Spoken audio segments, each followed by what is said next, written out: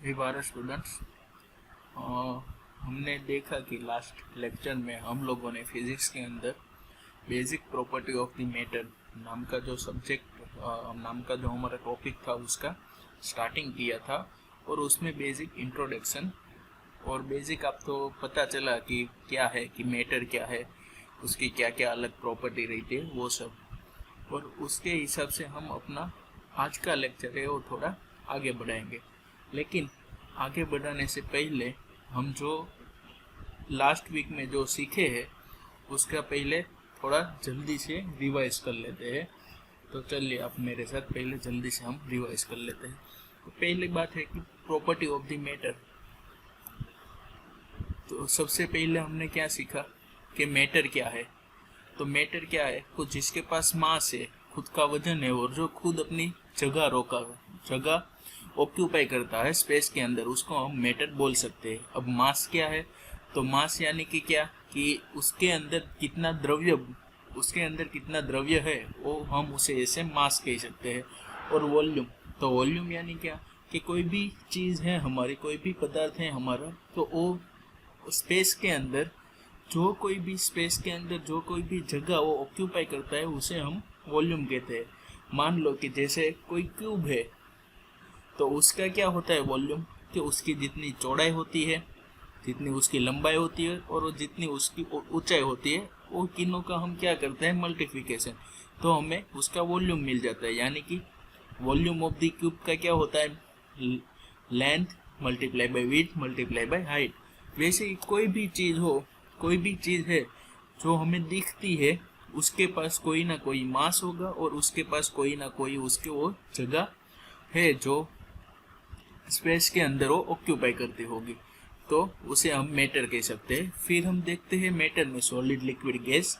तो सॉलिड में क्या था कि वो मैटर क्या है कि फ्लो नहीं कर सकता, उसके पास डिफाइंड शेप है और उसका जो है मास है, लिक्विड है। फिर गैस, तो सॉलिड, लिक्विड, गैस, यानी कि मैं उसका एग्जांपल बोलता हूँ तो बर्फ, पानी और हमारा वेपर यानी कि वराल, बाष्प जो होता है, वो तीन मेन आता है, सॉलिड, लिक्विड, गैस। और उसके बाद होती है प्लाज्मा। प्लाज्मा क्या होती है, वो होती है एक प्रकार की गैसेज, पर उसमें क्या होता है कि आयोनाइज गैस होता है। आयोनाइज यानी कि उसके भीतर कोई इलेक्ट्रॉन और प्रोटॉन जैसा प्लस और माइनस विजबार रहता है। उसके बाद हमने सॉलिड, लिक्विड, गैस की तरह तीनों की कंपैरिजन की थी। फिर ये 6 फेज जो मैंने आपको असाइनमेंट में भी इनमें से 3 सवाल आपको दिया था, फिर भी हम एक बार रिकॉल कर लेते हैं। मेल्टिंग यानी सॉलिड से लिक्विड, फ्रीजिंग यानी लिक्विड से सॉलिड, इवेपरेशन यानी लिक्विड से गैस, कंडेंसेशन यानी गैस से लिक्विड, सब्लिमेशन यानी सॉलिड से गैस, और डिपोजिशन यानी गैस से सॉलिड। एक स्टेट से दूसरे स्टेट में उसका जो ट्रांसफॉर्मेशन होता है, उस हिसाब से हमने ये सब प्रोसेस के नाम दिए हैं, melting, freezing, evaporation, condensation, sublimation and deposition. अब उसके आगे चलते हैं तो हमने क्या देखा था, एक एक्सटेंसिव और इंटेंसिव प्रॉपर्टी देखी थी, जैसे कि मैंने आपको हार्डवेयर और सॉफ्टवेयर के एग्जांपल के जरिए समझाया था। फिर आती है डेंसिटी। डेंसिटी यानी क्या, कि मास पर वॉल्यूम, उसे हम डेंसिटी कहते हैं। इसके साथ साथ मैंने आपको स्पेसिफिक डेंसिटी क्या है उसके भी थोड़ा बहुत समझ दी थी। अब उसकी प्रॉपर्टी, तो प्रॉपर्टी में क्या क्या कौन कौन सी आती है, तो फिजिकल प्रॉपर्टी आती है और केमिकल प्रॉपर्टी आती है। फिजिकल प्रॉपर्टी क्या है, जैसे कि colour, hardness, melting point, a property that can be observe and measure without any changing. फिर आती है केमिकल प्रॉपर्टी, ये सब हमने देखा, केमिकल चेंजेस देखा। टाइप्स ऑफ मैटर में हमने देखा था एलिमेंट्स, कंपाउंड और मिक्सचर, यानी कि एक जो तत्व है वो अपने शुद्ध स्वरूप में जो मिलता है हम उसे एलिमेंट कहते हैं। कंपाउंड यानी कि हम गुजराती और हिंदी और गुजराती में उसे संयोजन कहते हैं। और मिश्रण यानी कि मिलावट, कोई भी दो पदार्थ है उसकी हम मिलावट करते हैं, जो हमने डिटेल्स में स्टडी की थी। अब उसके बाद हमने मिक्सचर जो थी उसे सेपरेट कैसे किया जाए उसकी भी 2 प्रोसेस की थी, एक तो फिल्टरेशन, डिस्टिलेशन। और हमने सबसे लास्ट में हमने देखा था कि कंजर्वेशन ऑफ द मास, यानी कि जो मास है वो नया बन सकता नहीं है और पुराना है उसे हम डिस्ट्रॉय यानी कि मिटा सकते नहीं है। ओनली क्या कर सकते हैं कि उसका एक जो स्वरूप होता है, उसका जो एक फेज होता है, उसमें से हम दूसरे फेज में सिर्फ उसे ट्रांसफर कर सकते हैं। और ये mass conservation of mass law से ही बहुत बड़े साइंटिस्ट हमारे आइंस्टाइन ने भी एक फॉर्मूला दिया है कि E is equal to mc², means के E यानी एनर्जी, M यानी कि कोई भी पदार्थ है उसकी मास, और C यानी कि स्पीड ऑफ द लाइट। उस हिसाब से ये मास कंजर्वेशन का लॉ है। यहाँ तक हमने पढ़ा था। अब हमारा चैप्टर, हमारा जो सब्जेक्ट है उसका नाम क्या है? फिजिक्स है। तो हम तो उसमें फिजिक्स ही पढ़ेंगे। तो हमने तो प्रॉपर्टीज दो देखी थी भाई, एक तो केमिकल प्रॉपर्टी और फिजिकल प्रॉपर्टी, दो थी। अब हमें जाना है फिजिक्स के अंदर। तो फिजिक्स के अंदर हम कौन सी? तो हम दो प्रॉपर्टी के अंदर से हम फिजिकल प्रॉपर्टी सिलेक्ट करते हैं, और आज उसका वो फिजिकल प्रॉपर्टी कैसे चेंज होती है, कैसा होता है, उसमें कौन कौन सी प्रॉपर्टीज आती है, वो हम एक के बाद देखते रहेंगे। जैसे कि आज एक प्रॉपर्टी देखेंगे, बाद में कोई दूसरी प्रॉपर्टी देखेंगे, क्या उसमें चेंजेस होता है वो सब देख लेंगे। तो अब हम स्टार्ट करेंगे फिजिकल प्रॉपर्टी, यानी कि mechanical properties of the matter. Physical यानी उसे मैकेनिकल भी हम बोल सकते हैं। तो उसके अंदर क्या है अब वो हम देखेंगे। तो सबसे पहले आता है फोर्स आता है। हमें आज पढ़ना है इलास्टिसिटी। वो क्या है जब आएंगे तब आपको पता चल जाएगा, लेकिन पहले हम बात करते हैं डिफॉर्मिंग फोर्स। डिफॉर्मिंग फोर्स के बाद भी पहले हम देखते हैं फोर्स क्या है। फोर्स यानी कि बल। तो फोर्स क्या है? तो हम कोई भी वस्तु, कोई भी चीज हो, उसे हम धक्का लगाते हैं या अपनी ओर खींचते हैं, चाहे फिर कोई भी माध्यम से हम खींचे। एग्जाम्पल के तौर पे मैं दे सकता हूँ कि कोई भारी पदार्थ है को उसको आप धक्का लगाओगे अपने हाथ से।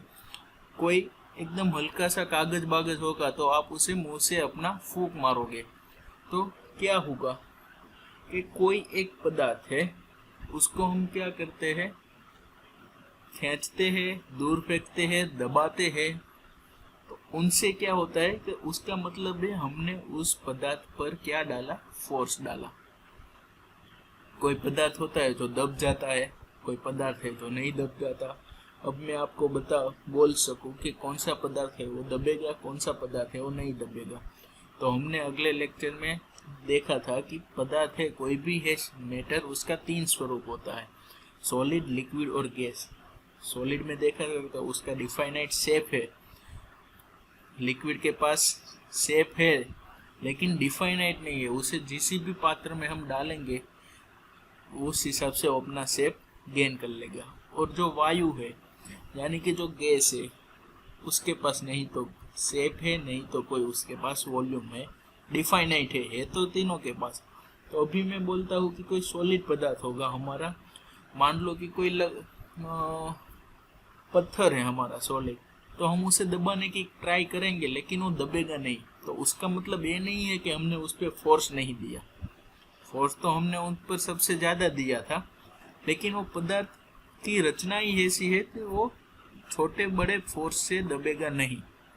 और उस हिसाब से अब हम दूसरा देख लेंगे कि कोई, मैंने अपनी बुक ही ले लो, चलो हमारी जो बुक है, कॉपी है, उसको दबाने की कोशिश की तो वो दब जाता है। और दबने के बाद क्या होता है कि उसका जो शेप था पहले और दबने के बाद जो शेप बना, उसमें क्या आता है? बदलाव आ जाता है, यानी कि हम उसे कहते हैं फोर्स। और जो बदलाव आ गया, पहले पत्थर को फोर्स लगाया तो पत्थर दबा नहीं, और फिर हमने हमारी कॉपी को फोर्स लगाया, हमारी बुक को फोर्स लगाया, तो वो दब गया। और दब जाने के बाद क्या हुआ? उसमें पहले का जो शेप था, उसका पहले का जो आकार था वो कोई अलग था, और दब जाने के बाद का कोई आकार है वो भी कुछ अलग हो गया। मीन्स के वो टेढ़ा हो गया, कुछ हिसाब से टेढ़ा मेढ़ा जो हो गया वो हो गया। तो हमने जो फोर्स लगाया हमारी बुक पे और उसके शेप में जो परिवर्तन आया, तो वैसे फोर्स को हम कहेंगे डिफॉर्मिंग फोर्स। और जो फोर्स हमने पत्थर पे लगाया, और जिसकी वजह से उसके शेप में कोई भी प्रकार का ट्रांसफॉर्मेशन आया नहीं, बदलाव आया नहीं, तो हम उसे कहेंगे अनडिफॉर्मिंग फोर्स।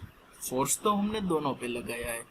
यहाँ पे आप एग्जांपल के तौर पे देख सकते हो कि यहाँ पे कोई एक गुब्बारा जैसा कुछ है, पहले ऐसा था, फिर हमने उसको दबाया यानी कि फोर्स लगाया। अब हमने दबाया या खींचेंगे, हम उसको पुल भी करेंगे, फिर भी उसका शेप है जो वो बदल जाएगा, तो उसे हम कहेंगे deforming force. A force which produces change in the configuration of the object on applying it is called the deforming force। यानी कि जो फोर्स है वो कोई भी ऑब्जेक्ट, कोई भी पदार्थ है, उसकी कन्फिगरेशन को चेंज कर देता है। मीन्स के उसके शेप और साइज में थोड़ा बहुत बदलाव ला सकता है या बदलाव लाता है, वैसे फोर्स को हम कहेंगे डिफॉर्मिंग फोर्स। ठीक है, यहाँ तक। अब हम चलते हैं थोड़ा सा आगे। अब बात आती है इलास्टिसिटी, जो हमें पढ़ना है। हमारा टॉपिक का ही नाम है आज का इलास्टिसिटी। अब इलास्टिसिटी को हम हिंदी में बोलते हैं स्थितिस्थापकता। आपको याद रखना है इलास्टिसिटी और स्थितिस्थापकता अब दोनों में है क्या।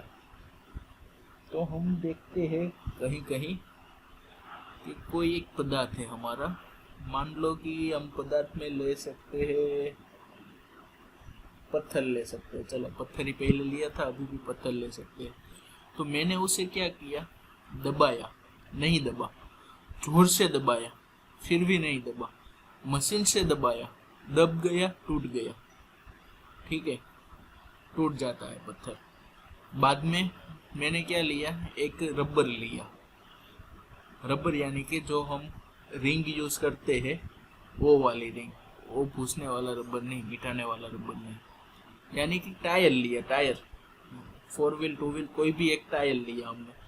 फिर हमें क्या किया, उसने दबाया, वो दब गया, फिर दबाया, फिर दब गया, फिर उनसे भी ज्यादा दबाया, दब गया। लेकिन जब मैंने उस पे से दबान मिटा दिया, यानी कि जो फोर्स मैंने उस पे अप्लाई किया था उसे मैं दूर ले गया, तो वो क्या करेगा, जो हमारा टायर है वो फिर से गोल टायर बन जाएगा। समझ रहे हो। और जैसे दबाया तो दब गया, जैसे हमने फोर्स मिटा दिया तो जो वो पहले जैसा था वैसे बनने की ट्राई करेगा, और थोड़ा बहुत बन भी जाएगा, ज़्यादा बन जाएगा, लेकिन बनेगा। तो हमारे पास यहाँ पे दो है, एक पत्थर है जो टूट गया, और दूसरा है जो हम रबर है जिसे हमने क्या किया कि एक बार उसे दबाया, फिर से उसके ऊपर डिफॉर्मिंग फोर्स लगाया, डिफॉर्मिंग फोर्स उसके ऊपर लगाया, और वो फोर्स लगाया तो फोर्स की असर के साथ वो दब जाता है, खींच जाता है, जो भी है वो हो जाता है। लेकिन जैसे ही मैंने फोर्स उस पे से हटा दिया, उससे फोर्स दूर कर दिया, तो वो फिर अपनी पहले जैसी पोजीशन में वापस आ जाता है। समझ रहे हो जो बात मैं बोल रहा हूँ। तो वो जो पदार्थ वापस आ जाता है अपने पहले जैसी पोजीशन में, तो किसकी वजह से आता है, तो जो वापस आने की उसका जो पूरी प्रक्रिया है, उसका कोई एक गुणधर्म है, उसे ही हम इलास्टिसिटी कहते हैं। अब इलास्टिसिटी की डेफिनेशन हम देखते हैं। इलास्टिसिटी क्या है वो आपको पता चल गया कि कोई भी पदार्थ पे हमने अगर फोर्स लगाया, डिफॉर्मिंग फोर्स लगाया, और वो डिफॉर्मिंग फोर्स लगाया, और उसके बाद हम जब डिफॉर्मिंग फोर्स दूर करते हैं तो जो पदार्थ है वो अपनी पहले जैसी जो अवस्था है वो पूरी तरह से वापस लेने की ट्राई करता है, और पूरी तरह से पहले जैसी पोजीशन में आ जाता है। तो उसे हम कहते हैं इलास्टिसिटी, और हिंदी में और गुजराती में कहते हैं उसे स्थितिस्थापकता, और दूसरा उसे दबनीयता भी बोल सकते हैं। तो अब हम इलास्टिसिटी की डेफिनेशन जो है वो देखते हैं। Elasticity is the property of a object by virtue of which it regain its original configuration after the removal of the deforming force। यानी कि जब भी हम कोई पदार्थ से उसका डिफॉर्मिंग फोर्स दूर कर लेते हैं, उसे हटा देते हैं, तो जो ऑब्जेक्ट है वो फिर से अपना पहले जैसा जो शेप है वो गेन कर लेता है, यानी कि वो पहले जैसा है वैसा बन जाता है। तो ऐसी प्रॉपर्टी को, पदार्थ ऑब्जेक्ट की ऐसी प्रॉपर्टी को हम बोलते हैं इलास्टिसिटी। इधर देख लीजिए यहाँ तक, a solid has a definite shape and size, in order to change और डिफॉर्म द शेप और size of the body a force is required. If the length of the spring increase slightly, if you are stretch a helical spring by gently pulling its end, the length of the spring increase slightly। अब मान लो कोई हमने spring ले ली है, उसे उसका एक चेड़ा है, उसका जो एक है कोना पीछे का, उसने हमें कहीं पे फिट कर दिया है, या मान लो कि छत पे फिट कर दिया। फिर हम क्या करेंगे, स्प्रिंग का जो नीचे का एंड है वहां से हम खींचेंगे उसको, तो स्प्रिंग है वो खींच जाएगी, यानी कि उसकी लेंथ है वो क्या हो जाएगी, इंक्रीज हो जाएगी। But when you leave the end of the spring it's regain it's the original shape and size. फिर हम क्या करेंगे, उसको खींचा, बाद में हम उसे मुक्त कर देंगे, फ्री कर देंगे, तो स्प्रिंग क्या करेगा, उसका वो वापस जो जितनी लेंथ की होगी उतनी लेंथ की वो हो जाएगी, मीन्स के उसका जो ओरिजिनल शेप एंड साइज है वो रिगेन कर लेगा। The property of the body by virtue of the which is tend to regain its the original shape when the applied force is removed। apply force या deformation force, कोई भी लिखो वो चलेगा, कोई भी लिखो आप, is known as the elasticity and the deformation causes is known as the elastic deformation। अब बात करते हैं हम इलास्टिक डिफॉर्मेशन की। अब हमने ये जो हमारा रबर बैंड है उसने हमने उसे खींचा, फिर छोड़ दिया, तो उसकी ओरिजिनल साइज में वो आ जाएगा। फिर थोड़ा और खींचा, पहले से ज़्यादा खींचा, फिर छोड़ दिया, तो फिर वो अपनी ओरिजिनल साइज में आएगा। लेकिन क्या होगा, जो उसकी ओरिजिनल साइज होगी उसमें और जो बाद में खींचने के बाद जो उसकी साइज होगी उसमें थोड़ा कोई एरर रह जाएगी, यानी कि वो पूरी तरह से अपना पहले जैसा शेप है वो गेन नहीं कर पाएगा। क्यों? क्योंकि उस पर हमने फोर्स जो है वो ज़्यादा लगाया है। और तो क्या होगा, पहले का जो शेप है और बाद में खींचने के बाद जो शेप बना उसमें से कोई क्या बोलते हैं, उसमें कोई हमको डिफॉर्मेशन दिखता है। डिफॉर्मेशन तो नहीं बोलते, एरर दिखती है, यानी कि पहले जैसा नहीं है, तो उसे हम फिजिक्स की लैंग्वेज में उसे डिफॉर्मेशन बोलते हैं। और डिफॉर्मेशन जो इलास्टिसिटी की वजह से हुआ उसको हम बोलेंगे elastic deformation. The deformation cause is known as the elastic deformation. However, if you apply force to the lump of putty or mud, they have no gross tendency to regain their previous shape। Means के हम कोई mud है, कोई मिट्टी है, उसके ऊपर force देते हैं तो वो फिर से अपना शेप है जो वो रिगेन नहीं कर सकता, तो और वो परमानेंटली क्या होता है, डिफॉर्म हो जाता है। मान लो कि हमने पत्थर को दबाया, पत्थर दब नहीं सकता, जोर से दबाया तो टूट जाएगा तो टूटा है, फिर हम क्या फोर्स उससे रिमूव कर लेंगे तो क्या वो वापस जुड़ जाएगा, नहीं जुड़ेगा, तो फिर वो टूटा ही टूटा रहेगा, जब भी हम देखेंगे वो टूटा ही रहेगा। तो उसको बोलते हैं हम परमानेंटली डिफॉर्मेशन, मीन्स के वो परमानेंटली उसका शेप है जो वो डिफॉर्म हो गया। Such as are called plastic and this property is called plasticity, यानी कि इलास्टिसिटी और प्लास्टिसिटी। प्लास्टिक यानी जो हम मटेरियल यूज करते हैं वो प्लास्टिक नहीं, वो वाला प्लास्टिक नहीं। प्लास्टिसिटी यानी क्या है, जैसे इलास्टिसिटी है उसका बिल्कुल अपोजिट है वो प्लास्टिसिटी है। इलास्टिसिटी में क्या होता है कि अपना जो पोजीशन है वो वापस ले लेगा, फिर से वो अपना जो पहले जैसा शेप है वो गेन कर लेगा। लेकिन प्लास्टिसिटी में क्या होता है कि वो परमानेंटली डिफॉर्म हो जाता है, कि जैसे कि हम अपना पत्थर मान लें तो उसे कहते हैं प्लास्टिसिटी। ठीक है, यहाँ तक देखेंगे। The elastic behaviour of a material plays and the important role in the engineering design. कि इलास्टिसिटी की यूज कहाँ पे होती है, तो इंजीनियरिंग में बहुत ज़्यादा उसकी यूज होती है। एग्जाम्पल के तौर पे देखें, while the designing a building, हम कोई बिल्डिंग बनाते हैं तो knowledge of the elasticity of the property of a material like steel, concrete is at etc is the essential. The same is true in the design of the bridges, automobiles, ropeway, etc. अब कोई भी है, कोई भी material आप ले लो तो उसके अंदर थोड़ी ना बहुत इलास्टिसिटी होगी, क्या तो वो इलास्टिक होगा या तो फिर वो प्लास्टिक होगा। तो इलास्टिक और प्लास्टिक का हमको पता चल जाए, मान लो कि रबर की रिंग है, उसे हम 5 न्यूटन फोर्स देते हैं तब तक वो खींच जाती है, बाद में अपनी ओरिजिनल पोजीशन ले सकती है। हमने 5 की जगह उसे 7 न्यूटन फोर्स दिया तो वो खींच तो जाती है, लेकिन जब हम फोर्स रिमूव करते हैं तो वो पहले जैसी, वो फिर बाद में पहले जैसी बनने की ट्राई करती है लेकिन बन नहीं पाती है, तो उसमें डिफॉर्मेशन आ जाता है।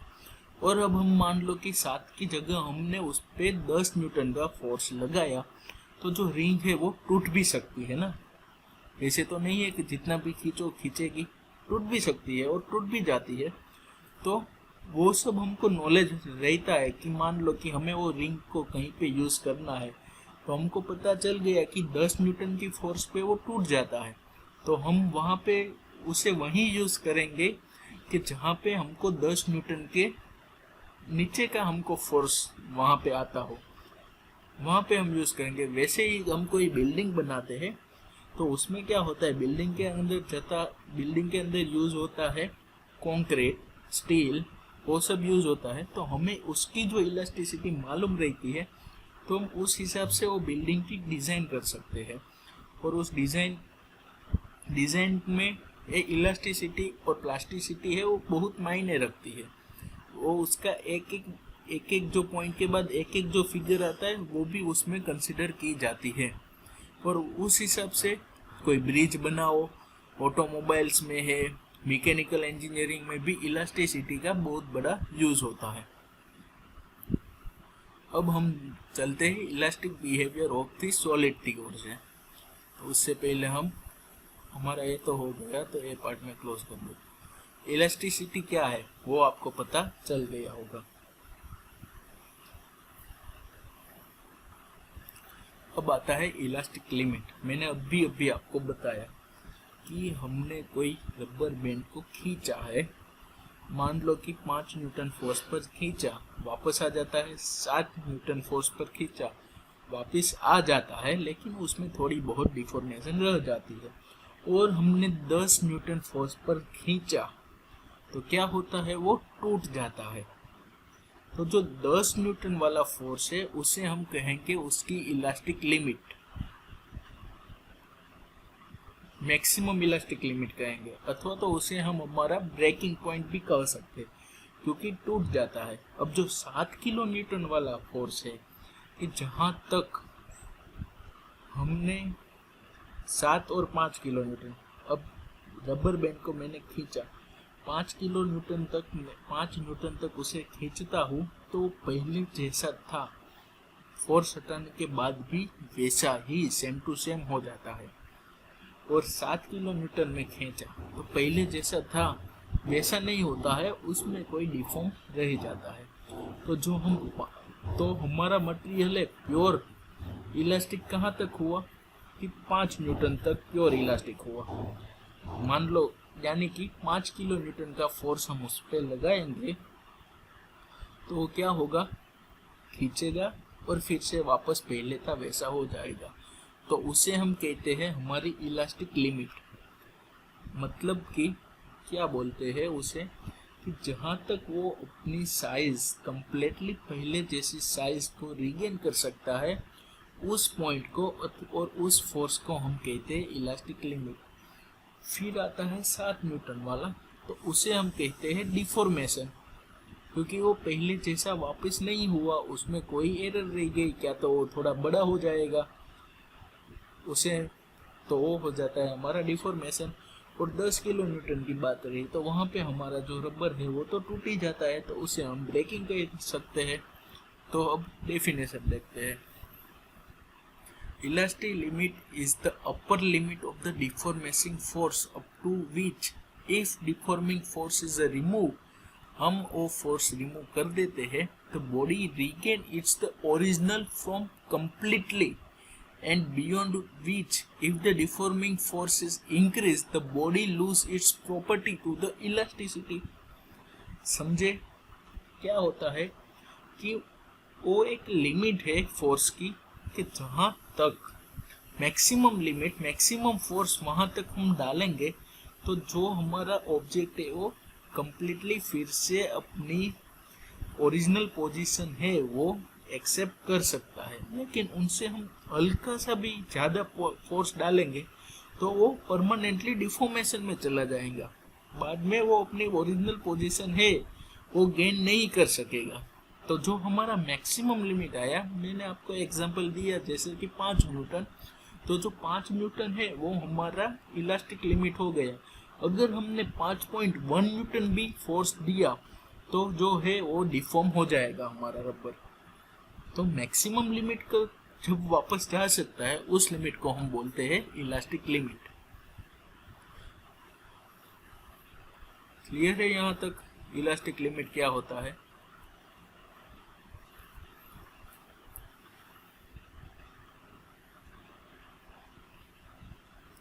अब हम आगे चलते हैं परफेक्टली इलास्टिक बॉडी, यानी कि इलास्टिक है लेकिन परफेक्ट कौन है, उसमें भी परफेक्शन कौन है, किसका है। जैसे बॉलीवुड में सब बोलते हैं कि आमिर खान का परफेक्टनेस ज़्यादा है, तो वैसे हमारी इलास्टिक में भी कोई होगा। मान लो कि अब आप लोग समझ लो, आपने रबर को भी खींचा और कोई स्टील है हमारा, लोखंड है, उसको भी खींचा, दोनों अपनी पोजीशन वापस ले सकते हैं अमुक इलास्टिक लिमिट के अंदर। तो दोनों में से परफेक्टली कौन वापस आया, परफेक्टली कौन अपने पहले जैसा हुआ, तो इसका होता है परफेक्ट इलास्टिक बॉडी। तो those body which regain its original configuration immediately and completely after the removal of the deforming force are called a perfectly elastic body, that is quartz, phosphorus, bronze। ये हो गया हमारी elastic body के जो पहले जैसा अपना शेप एंड साइज फिर से कंप्लीटली वापस ले सकता है। अब मैं आपको क्वेश्चन दे देता हूँ जो हमारे असाइनमेंट में आपको सबमिट करना होगा। पहला क्वेश्चन है what is the deformation. Hooke's law भी आपने पढ़ा नहीं, तो यहाँ पर मैं बोल देता हूँ example of perfectly elastic bodies. ठीक है, एंड स्ट्रेस तो अभी पढ़ा नहीं, तो इसे मैं अभी मिटा रहा हूँ। तो आपको 2 क्वेश्चन का जो है वो आंसर देना पड़ेगा। कौन कौन सा है कि डिफॉर्मेशन क्या है, आप क्या समझे डिफॉर्मेशन, और डिफॉर्मेशन के साथ साथ हम दूसरा भी ऐड कर लेते हैं कि इलास्टिसिटी भी क्या है, आप क्या समझे इलास्टिसिटी में।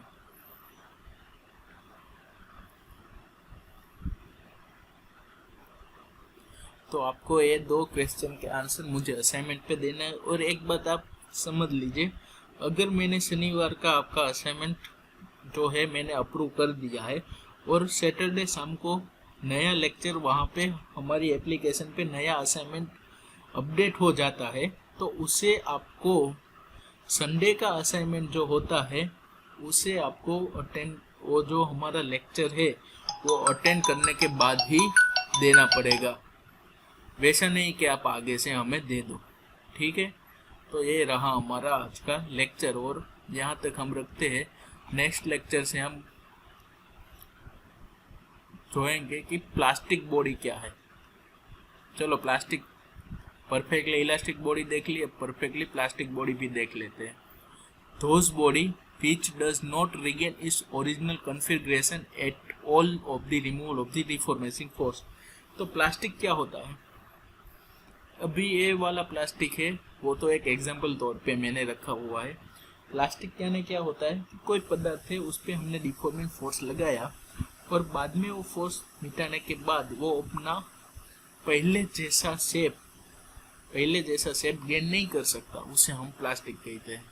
उसका एग्जाम्पल है पुट्टी, प्रेफरिंग, वैक्स एक्स्ट्रा। ये हमारा है परफेक्टली रिजिड का बॉडी का क्वार्ट्स, फॉस्फरस, ब्रॉन्ज, ETC। तो आपको यहाँ तक हमारा लेक्चर आज का यहाँ तक रखते हैं। आशा करता हूँ कि आप समझ रहे हो और कल से यानी कि नेक्स्ट लेक्चर से हम आगे बढ़ेंगे। ठीक है, तो तब तक के लिए जय भारत।